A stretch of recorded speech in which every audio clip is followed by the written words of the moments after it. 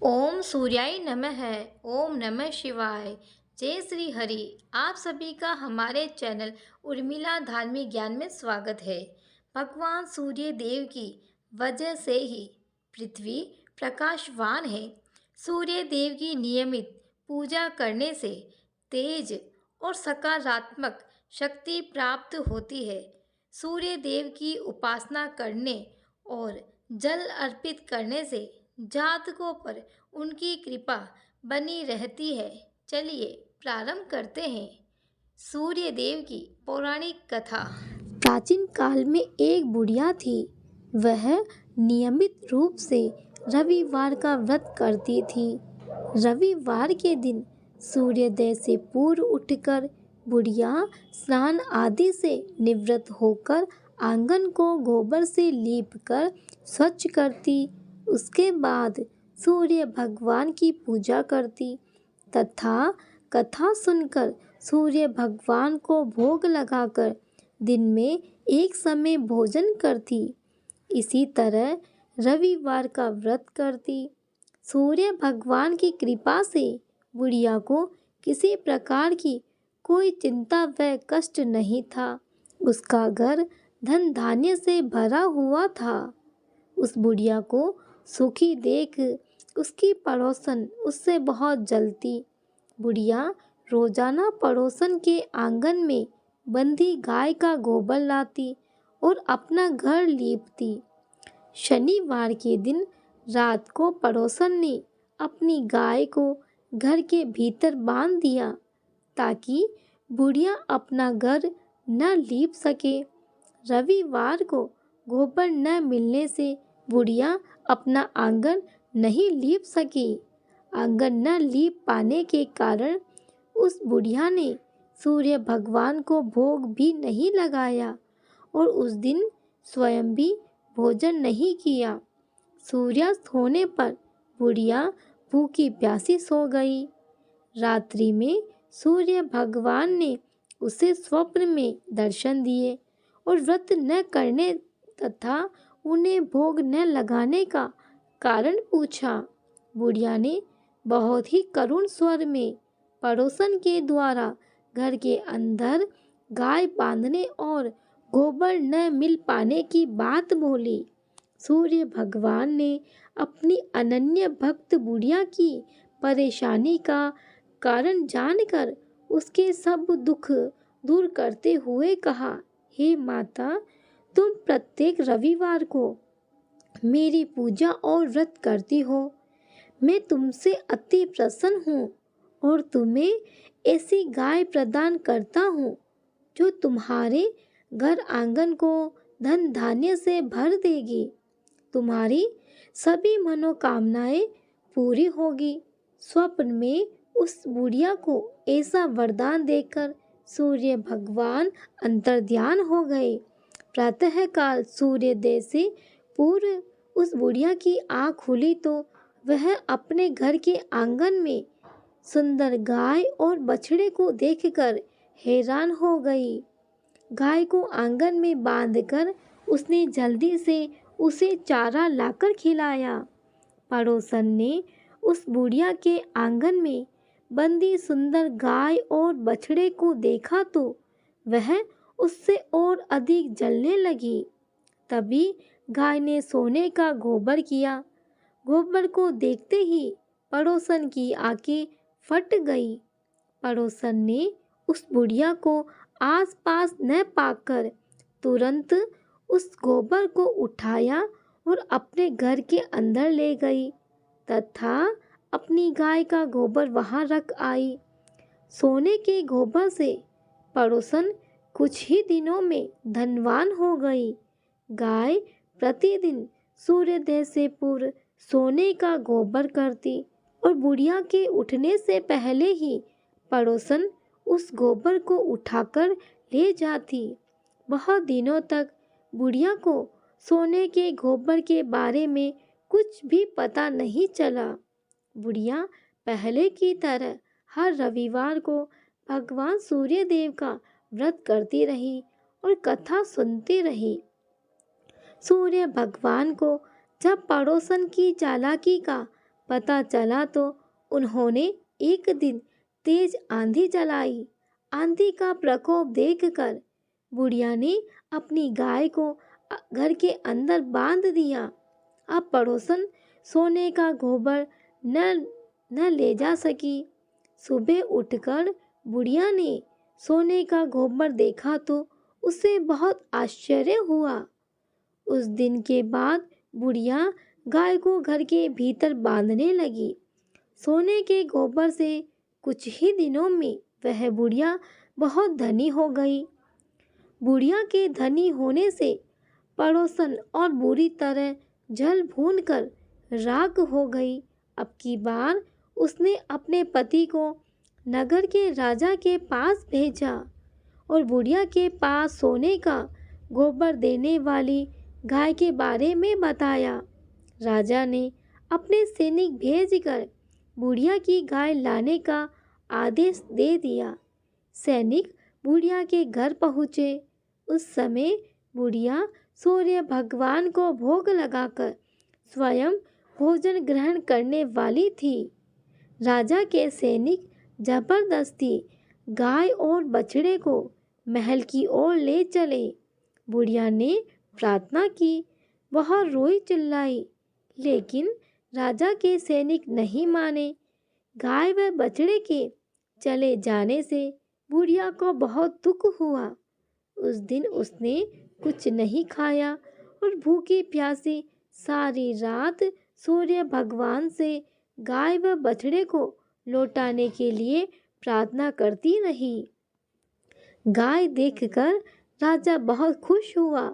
उस सुबह राजा ने सोने का गोबर देखा तो उसके आश्चर्य का ठिकाना न रहा।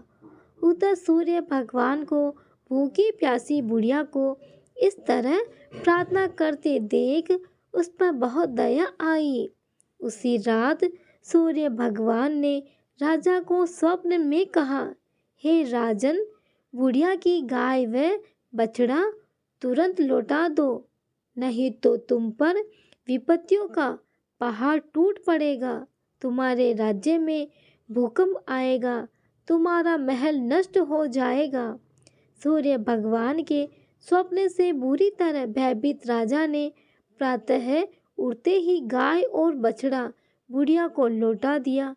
राजा ने अपनी तरफ से भी बहुत सारा धन देकर बुढ़िया से अपनी गलती के लिए क्षमा मांगी। राजा ने पड़ोसन और उसके पति को उनकी इस दुष्टता के लिए दंड भी दिया। उसके बाद राजा ने राज्य में घोषणा करवाई कि सभी स्त्री पुरुष रविवार का व्रत करें। जनता ने भी ऐसा ही किया। रविवार का व्रत करने से सभी लोगों के घर धन धान्य से भर गए। चारों ओर खुशहाली छा गई। सभी लोगों के शारीरिक कष्ट दूर हो गए। निसंतान स्त्रियों की गोद भर गई। राज्य में सभी स्त्री पुरुष सुखी जीवन यापन करने लगे। प्राचीन समय की बात है। सूर्य भगवान की रानी के मायके से खबर आती है, परंतु रानी सा को मायके जाने का मन नहीं था। सूर्य नारायण भगवान रानी को यह कहकर जबरदस्ती मायके भेज देते हैं कि जाओ, मैं आपके लिए अच्छी अच्छी वस्तुएं भेजूंगा। राणा दे अपनी पियर चली जाती है। कुछ दिनों पश्चात सूर्य भगवान राणा दे के लिए चौपट पासा, पचेटा आदि डोरी आदि कुछ वस्तुएं भेजते हैं। राणा दे की भाभियाँ मजाक करने के इरादे से चौपट पासे, खिलौने आदि सब सामान निकाल देती है। उनके स्थान पर कंकड़, पत्थर और कांटे भर देती है और सारे डिब्बे वापस कर देती है। राणा दे ने देखने के लिए हाथ डिब्बे में डाले तो उनके हाथ में कांटे चुभ गए। फिर तो उनकी भाभियाँ हंसने लगी। फिर तो राणा दे को गुस्सा आ गया। कुछ दिनों के पश्चात जब सूर्य नारायण राणा दे को लेने पधारे तो राणा दे तो सूर्य भगवान से बातचीत भी नहीं करती थी। राणा दे जब ससुराल गए तो वहां पर भी किसी से बातचीत नहीं कर रहे थे। सूर्य नारायण ने अपनी माताजी से पूछा कि माताजी, राणा दे आपसे बातचीत करते हैं क्या? उनकी माताजी ने कहा कि नहीं बेटा, राणा दे जब से पीहर से वापस आई है उसके बाद से बातचीत नहीं कर रहे हैं। सूर्य नारायण कहते हैं कि माताजी, आप आज उनको बोलना कि चावल की बोरियां पड़ी है, चावल की बोरियों में से चावल निकाल दे, परंतु ऐसा करते समय चावल टूटने नहीं चाहिए, साबुत चावल निकलने चाहिए। अब राणा दे रोने लगी। रोते रोते ही वो छत पर चली गई और उन्होंने चिड़िया को बुलाया। राणा दे चिड़िया से कहने लगी कि मैंने कभी तुम्हें चुग्गा डाला होगा, अब तुम इन चावलों को छिल दो। ढेर सारी चिड़ियाएं सारे चावल को छिलकर उड़ गई।